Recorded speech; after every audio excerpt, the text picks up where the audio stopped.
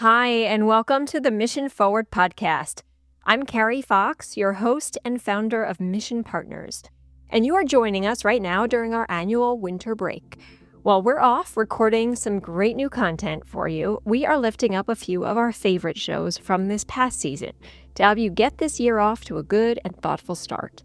And today, I'm bringing you an extra bonus, an audio version of my recent weekly email, which I hope helps you get this year started on the right foot.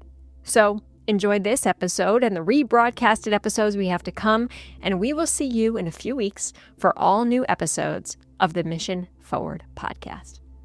Oh, and by the way, if you enjoy this show, and I hope you do, please give us a rating or a review in the podcast app you are using right now. Seriously, pause and give this show a 5-star rating. Every single one helps to make sure this show shows up in the feeds of people just like you who can enjoy and benefit from it. So let's get on with it. It's time to make time.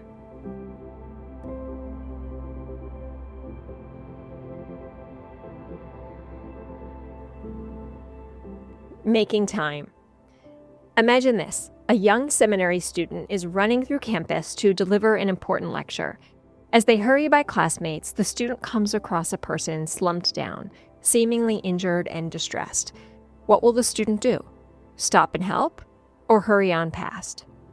This scenario was the basis of a study at Princeton Theological Seminary in the 1970s, conducted by social psychologists John Darley and Daniel Batson.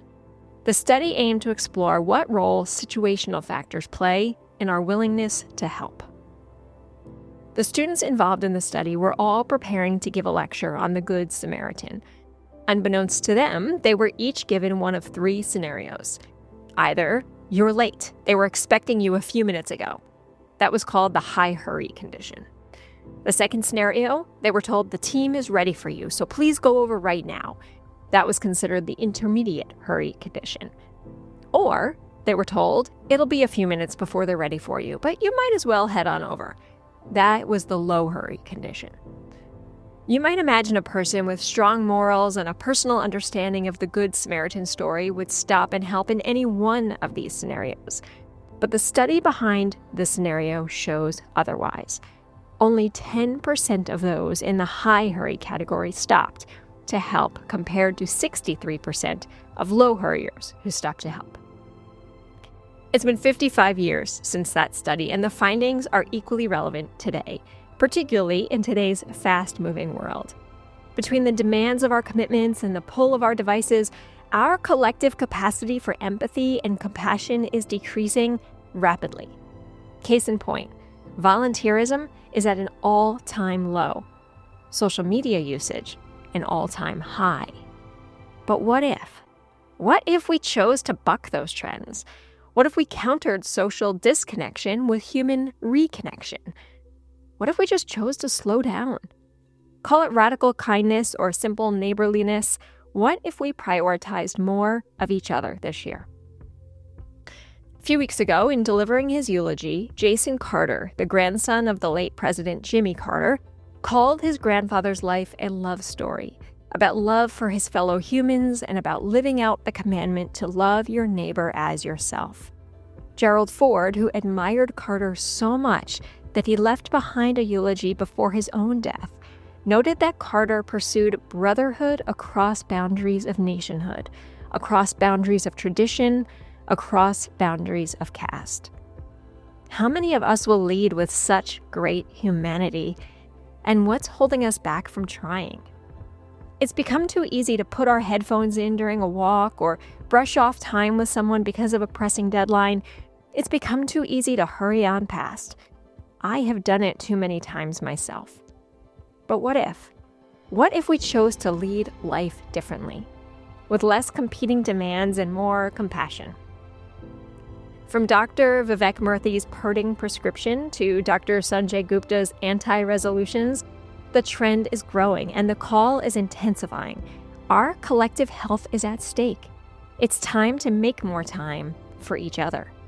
Even small doses of social connection can lead to better health and increased levels of compassion. Which brings us to, of course, Fred Rogers. the most neighborly of leaders, who once said, "Some days doing the best we can may still fall short of what we would like to be able to do. But life isn't perfect on any front, and doing what we can with what we have is the most we should expect of ourselves or anyone else." This week's column is as much a call for you as it is for me. We can all benefit from a little more time together. We can all benefit from less phone time and more FaceTime. And no, my friend, the app on your phone does not count. Because leadership, after all, is best practiced in the present. It's time to do what we can with what time we have.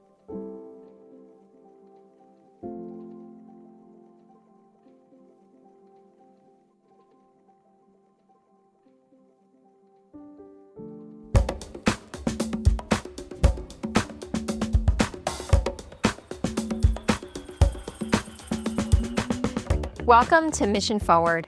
I'm your host, Carrie Fox. Before we get started on today's show, I want to give a quick setup to the conversation that's about to unfold. Here at Mission Forward, our goal is to produce thought-provoking and actionable content about the power of communications. Sometimes we're talking about interpersonal communications, and sometimes we're talking about corporate communications. But today, we're talking about mass communications.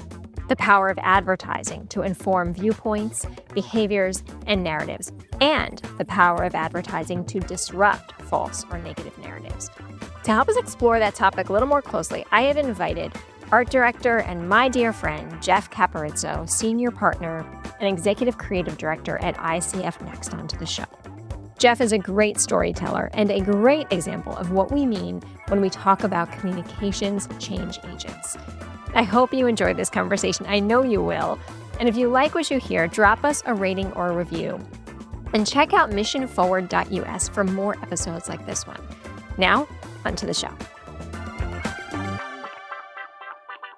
So let's just start right at the top and say how excited I am to have some time today with you, Jeff. And for those listening in, I first met Jeff Caporizzo about 15 years ago. Give or take a few years, but when our offices were co-located in Silver Spring, Maryland, and I knew then he had this incredible gift for creative storytelling, and actually not just creative storytelling, but very intentional creative storytelling. And I have loved to see how he has used that craft for good in recent years. So I'm really excited for what this conversation is going to hold. Jeff, as we get into this, as you know, on this show, we talk about the power of communications to move missions forward, right? But also the power of communications to bridge divides, to advance inclusion and belonging, and ultimately justice, and the power that mass media has on how we understand and connect to both the world at large, but also the people who are right in front of us and around us, right? And so, given your work as a creative director, I am excited for what we will tackle in this conversation, right? The role that you see ad executives and creative directors and creatives, maybe more broadly, playing in shaping and shifting and disrupting narratives. First, I want to start with you. I would love you to tell me a little bit more about your story, how you got into this line of work, and what drives you every day. Sure, Carrie. Thank you. And I look back fondly on when we would be able to meet outside for lunch, you and Brian, and also seeing your little children start to grow up. And also, I've been following you on LinkedIn. I think that the work with mission partners and the work you've been doing overall throughout your career for advocacy and cause development is so impressive. It's why I kept following you. So I'm really happy to be here and take part in that. Keeping my back history as short as possible, I kind of backed into marketing and design and creative development. I was a fine arts major in college. Immediately moved to New York City a month after I graduated, just to paint. That's as far as I got. Really, is just I wanted to go to New York. I knew there was a lot of creative energy there, and wanted to take part in that. And that was all true. New York was amazing. It's a little bit different than the New York now, which is, I always laugh about it because it's kind of like an outdoor mall now. When you walk through Times Square, you've got a Disney store and a lot of retail. But when I was there, there were syringes on the ground outside the Port Authority, and there was a Black Panther meeting that would happen every day on the street corner. And Of course, you had a lot of illicit stuff going on as well. It was just more gritty. It was a different New York. But it had tremendous creative energy, and so I was there painting, and I was working as a sign maker on 23rd Street, and I met somebody. They were moving to DC, and I said, "Oh, well, then I've got to move to the Mid Atlantic." And being a sign maker was fine, but it's a job that requires a lot of physical endurance, and I knew that wasn't really going to have. I wasn't going to be able to keep up with that as I aged. And somebody had said you should try design, and I didn't even know what graphic design was. I remember sitting down with that person, and they were like, "Well, the first thing you're going to have to know is fonts." And I was like, "What's a font?" I remember I distinctly asking that. They gave me a book of fonts, and it was fascinating because those letter forms were like magical to me. I thought they were so beautiful, and that's kind of started me on a path and love for design. So I went to New York Public Library, ripped out of the DC phone book Yellow Pages all of the design firms, and started cold calling them from the basement of the School of Visual Arts. And many of them hung up on me because I had never touched a Macintosh, and of course I wasn't a design major. But I got one, Atelier Design or Atelier Creative, who said, "We have to see you. The fact that you're cold calling us and you don't know anything about design, what are you going to bring us?" And I said, "Well, I can bring you my canvases." And they were like, "Bring us your canvases." So I brought them my canvases. God bless them to this day. Pete Beebe, Jean Wegimont, and Ann Alger gave me a chance, and that was my beginning. So it was it was one of those things where it literally came in not knowing I was a production designer first, and through the different companies and years, I've gained a lot of knowledge and skill to be where I am now, which I owe it all to them. Top of your game, right? Well, trying it's to be. incredible. I had a lot of good teachers. So bring us up to speed. Where are you now, and where have you been the last few years? So this is my third global agency, which is ICF. A lot of folks, even in DC Metro, don't know about ICF. ICF, it stands for, it was made about 65 years ago, stands for Inner City Fund. They were first in the Midwest.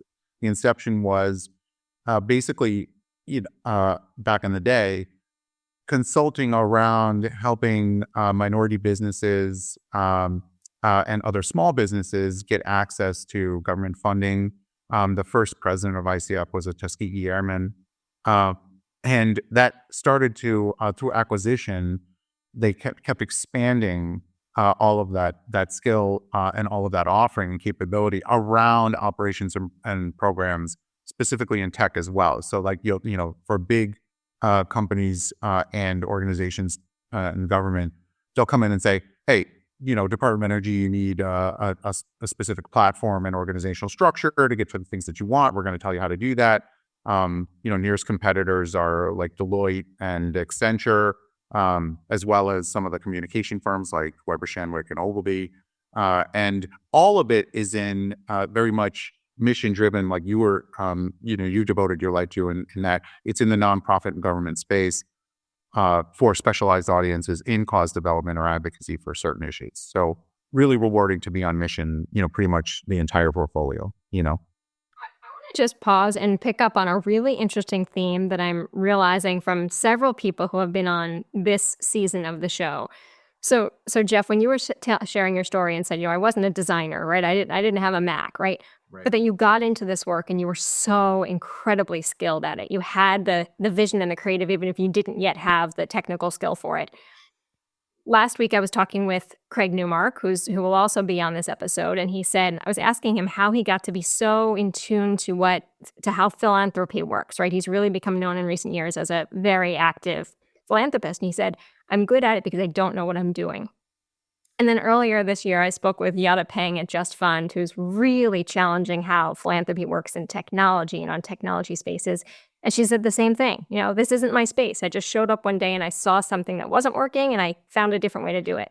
It feels really important to think about that people who take the traditional path and what it means and the potential of coming in an alternative path? Yeah, I think there's pros and cons to both. I had a first cousin who went to Ringling School of Art and Design. Had a really straight path, just certainly more money off the bat. Because when I came to work for that DC firm, I basically said I'll be your in-house illustrator for free. Mhm. Just so I could learn skills. So I think there is something to be said if if, for example, my industry in design, if you went to SVA, if you went to SCAD, if you went to RISD, that's a straighter path. You know, Mhm. and that has advantages. I think that the path that I took, which is certainly more meandering and has a little bit more of you've got to just bust ass and hustle.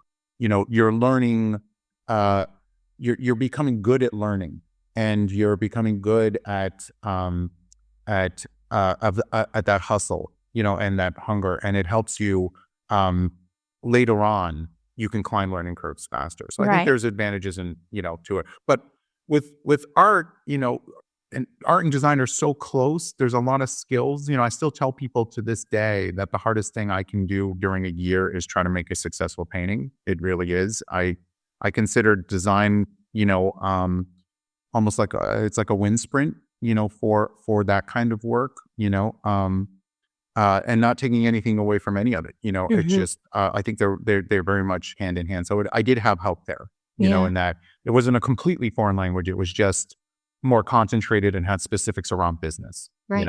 Right. Now, the reason why I think one of the many reasons why I've always liked to watch you work and see how you work is that I've always valued the connectivity between words and images. Right, the power of compelling words and compelling design. And many times on this show, we are talking about the power of words, the impact of words, whether we realize or not, the language we are using. But I'd love for us to talk a little bit about how you think about the power of design, right? To shape or shift narratives, right? There's that great line of art creates culture. Can it also recreate culture? Can it challenge culture? And how do you think about the power that design has in shaping and shifting a narrative? Absolutely. I think it is one of the most powerful tools you can do to create a narrative or to change culture. Design is all around us, and I'm not just talking graphic design. One of the things that for you and I at stages in our life, and certainly you see this in popular media, people have gotten to a greater degree an understanding of interior design. Look at the success of HGTV, right? And the reason I was pointing to our age groups is because many times we're beyond that starter house, beyond that starter apartment, and we're now getting into actually shaping and designing our environment. And this was what the whole thing about Target. When Target, what was the difference between Target and Walmart? Is that Michael Graves made a blender, right? So they were, Walmart was like, I'm going to give you a blender for $5. Target was like, I'm going to give you a blender for $6, but it's going to look like a piece of art, right? So that understanding of design is something that people, I think, is much higher over the last 2 decades than it was. And the reason I bring it up is because I think people are realizing that design and shaping your environment, designing your environment, whether it's 2-dimensional or 3-dimensional, whether you're living in it or looking at it, makes you who you are, right? Mhm. So that gets back to what you were talking about, which is the storytelling. It's like, what's my story? Well, the reason I'm spending so much time on getting Michael Graves to blender on my counter is because I have a vision for what I want my story to be, and this is my background, right? Right. This is my setting. This is Right. the stage I'm on. And so I'll be talking, my girlfriend, sometimes we had this joke one time. She had to clean out her refrigerator. And I go, this refrigerator is a metaphor for your life. We were just kidding around, and it was a mess. And we were laughing about that. But that's, I think that people's understanding, when we see those HGTV shows, we're like, okay, I used to go out in my backyard. My mom's, clothesline was across the thing. It almost strangled me when I would try to run around and stuff. Now people have backyards that look like, it looks like you're at MGM, resorts, you know what I mean? And it's because of design, and it's because I think we're conscious of that, and we're seeing the effect of it, that those design elements can really make a difference about how you entertain, how you live your life, how you spend your leisure, how you feel about where you live. And of course that gets into that's an important principle to carry forward into the work that you and Mission Partners does. The process of informing the design, right? Like, has that changed for you or your agency or your industry over time on how you are thinking about the sources or the insights that are ensuring that you are creating a design that works across cultures.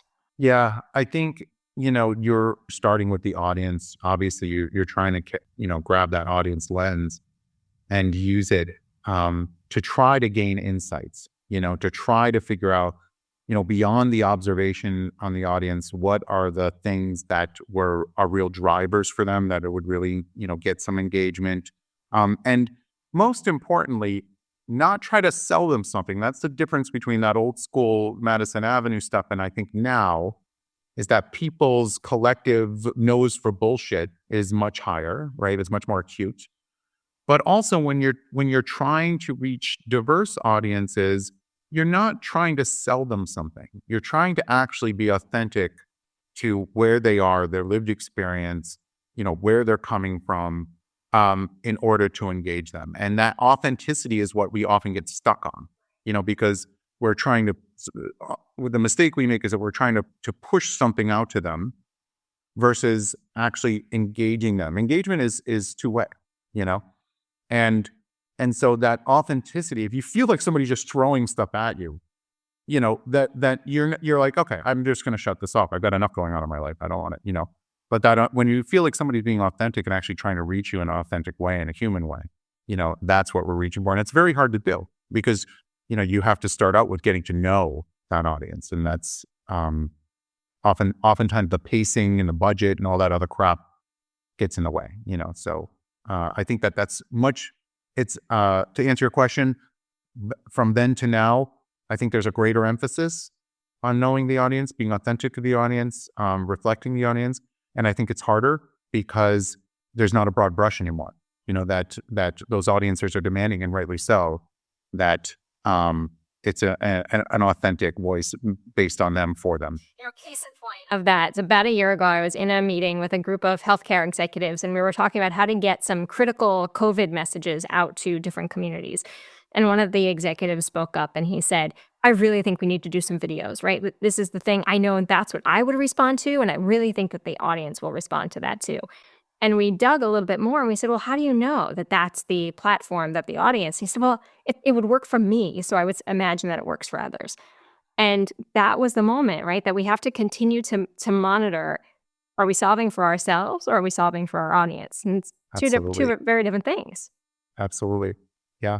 Yeah. That's a huge deal. I fall so, I always have to remind myself to pull out of that, which I think is a misstep, to pull out of that misstep because, my background as a male, as a Northeastern male, as an Italian American male, that is such a limited point of view. And it doesn't apply to so much of the audiences we're trying to reach now in America as it is today. And so that's where it gets to that listening, that authentic and concentrated listening that you do to the audience. You've been doing some really interesting things. I don't know if there's a story that you can share with us, but how you're thinking about who the spokesperson is in a campaign, or how to engage different voices or unexpected voices in a campaign. I find that work really interesting. Anything you can share there? Yeah, absolutely. We had a client that we were introducing a spokesperson for the first time, into their marketing mix. And we're all familiar with spokespeople. There's nothing avant-garde about using a spokesperson. We love Lily for AT&T. We love Flo for Progressive. I remember doing case studies, learning about how Mr. Whipple at Squeezing the Charmin back in the day was, it's just so, it just took those sales through the roof. And the reason that that's a ready tool is because it humanizes the brand, and people want to see people. That's with Flo. I mean, think about insurance. Like, how are you going to sell insurance? But all of a sudden we're laughing and smiling at Flo. It makes it more sense to us, So because we were looking at the audiences and we knew we wanted to reflect who we're actually talking to, we not only picked a female spokesperson, but also an African-American spokesperson. This was groundbreaking for the brand. And it was something that the studio had never done, and it's hard enough to stand up a spokesperson for a brand. what was so fascinating, and we're still in the middle of it, is there are so many considerations for with that spokesperson, knowing that you're talking to an audience that wants something authentic. How does that affect the script? How does it affect the script writers? How does it affect the way that the role that he or she might play in the spots? And the interactions with the other actors, and what is the dynamic there? We weren't being authentic. We weren't being authentic to that heritage. We weren't being authentic to that audience, and it was coming off as canned, and it was coming off as something that wouldn't resonate. We even ran into, there's certain tropes in cinema when you're dealing with African American folks that you want to avoid, and we stumbled into one of those. And so we had to really pivot from a concept that was largely baked and shot. And it was a huge learning experience. I'm so glad we went through it. It's something that we're taking forward with the campaign. But it certainly was eye-opening, and it was something, as we brought in, I think I mentioned to you before we started recording that we have at ICF, we have a special team that's devoted to reaching specialized audiences and making sure that we're really listening to them, and that we really are reflecting their background, and that we're speaking to them in their language, and that we're making sure that they're seen and heard and represented in the right way. And that specialty was developed midstream for all this creative development. And so even as that practice was standing up, we were then bringing them into the creative development and learning all of that together. So it's been very dynamic, and certainly something I've never run into of, doing this for 25 years, which is exciting. You're learning, but also it's hard because the tools that, 10 years ago, this would have been done and on the air, Right. The tools that were in my toolbox, I've had to throw some of them out, and I've had to add to a lot of them, so that was something that for me was exciting, but also frustrating, because I'm like, oh, I've got this down, I'm 100 years old. I've been doing this for a long time. I got it. And I was like, no, I got to check all those premises and come at it in a different way, and ask for help. And so that's been great. But it sounds like it's such a healthy process, right? That the challenge of going through that, of challenging what you knew and how you went through the process, to be able to grow in real time through that, that's exciting, right? That is evolution. Yeah, absolutely. It's very exciting. It really is. And you're seeing so many brands wrestle with that. I mean, that's what's been so interesting about the George Floyd, systemic racism discussion and in the country, is that, we all laugh as communicators and marketers at these brand missteps. Right. That something, I forget what happened, but there was a shoe company who tweeted something like literally the day after the verdict or whatever, and that evolution has been demanded, across all disciplines, and you can see that some folks are, are leaning into it and saying, okay, how can I learn? Some folks are just ignoring it, and some folks are actively pushing it back against it, I love that ICF is open to that. One of the things that's cool about the company I work for is that, being consultants, they're always thinking, what's the best tool? Who's the right person? Right. Right. That's how that's really the only bias they have in terms of, an approach. Right. It's like, hey, how do we get the right mix going?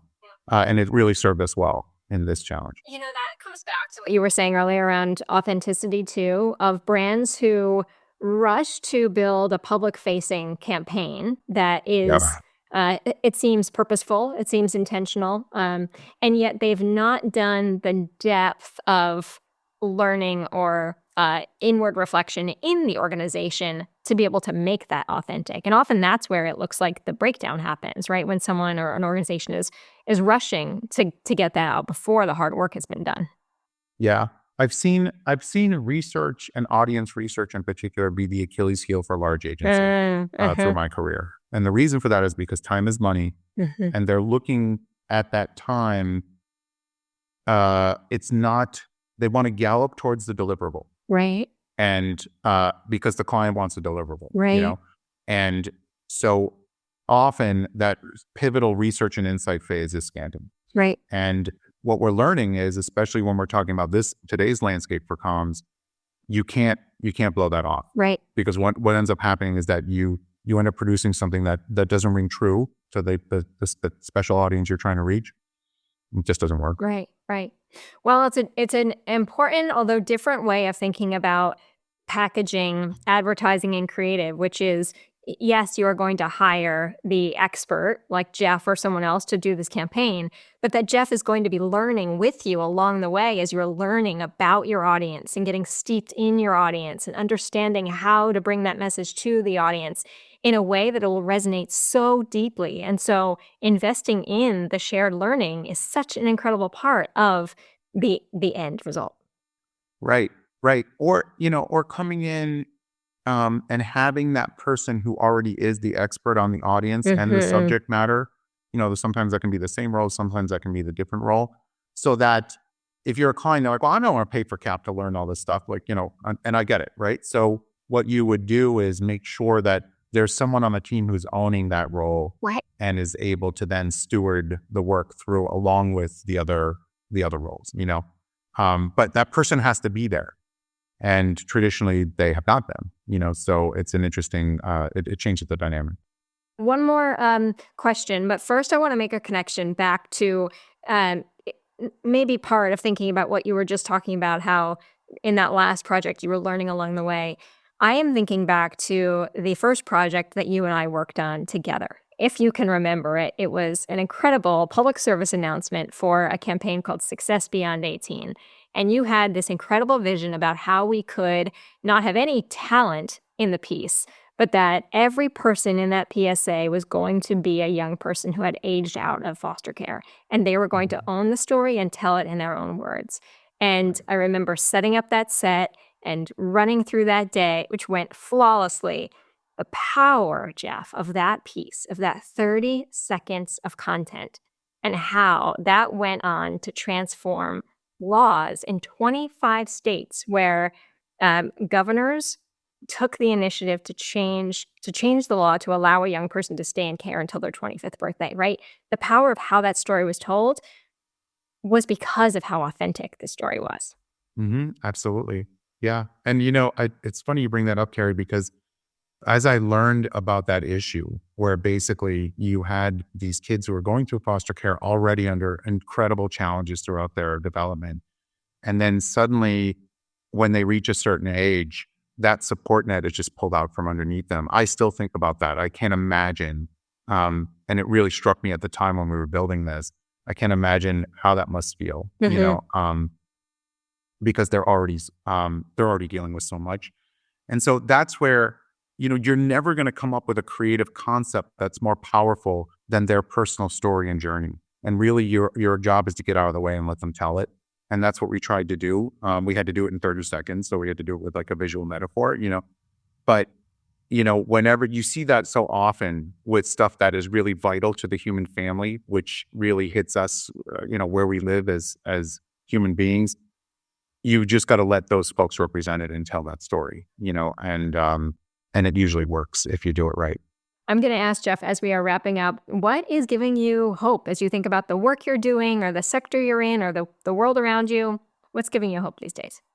What's giving me hope is that, first of all, ICF, it's all mission driven. So, as long as you have people who are working hard towards some of these goals that we all have to make the world a better place, that's something that's always inspirational to me, and the people I meet and work with to help me do that or to partner with is an inspiration. And then, I'm such a creative zealot and enthusiast. I'm always inspired by the great work from not only the team I work with, but my peers in the industry, like you and some of the other folks. And that's what drives me. How many times will I see just a cool campaign, whether it's in cause development or commercial or something like that, and I sit there and I'm like, that's perfect. I wouldn't change a thing on that. It's so wonderful. We share them all the time in studio with each other. That's what gets me excited in the morning, because I have a chance to make something like that, So that's what I'm living for. Thanks, Jeff, for the work that you do and for being with us today. Absolutely, Carrie. I was happy to be here. And that brings us to the end of this episode of Mission Forward. Thanks for tuning in today. If you're stewing on what we discussed here today, or if you heard something that's going to stick with you, drop me a line over at carrie@mission.partners and let me know what's got you thinking. And if you have thoughts for where we should go in future shows, I'd love to hear that too. Mission Forward is produced with the support of Sadie Lockhart in association with True Story FM. Engineering by Pete Wright. If your podcast app allows for ratings and reviews, I hope you will consider doing just that for this show. But the best thing you can do to support Mission Forward is simply share the show with a friend or a colleague. Thanks for your support, and we'll see you next time.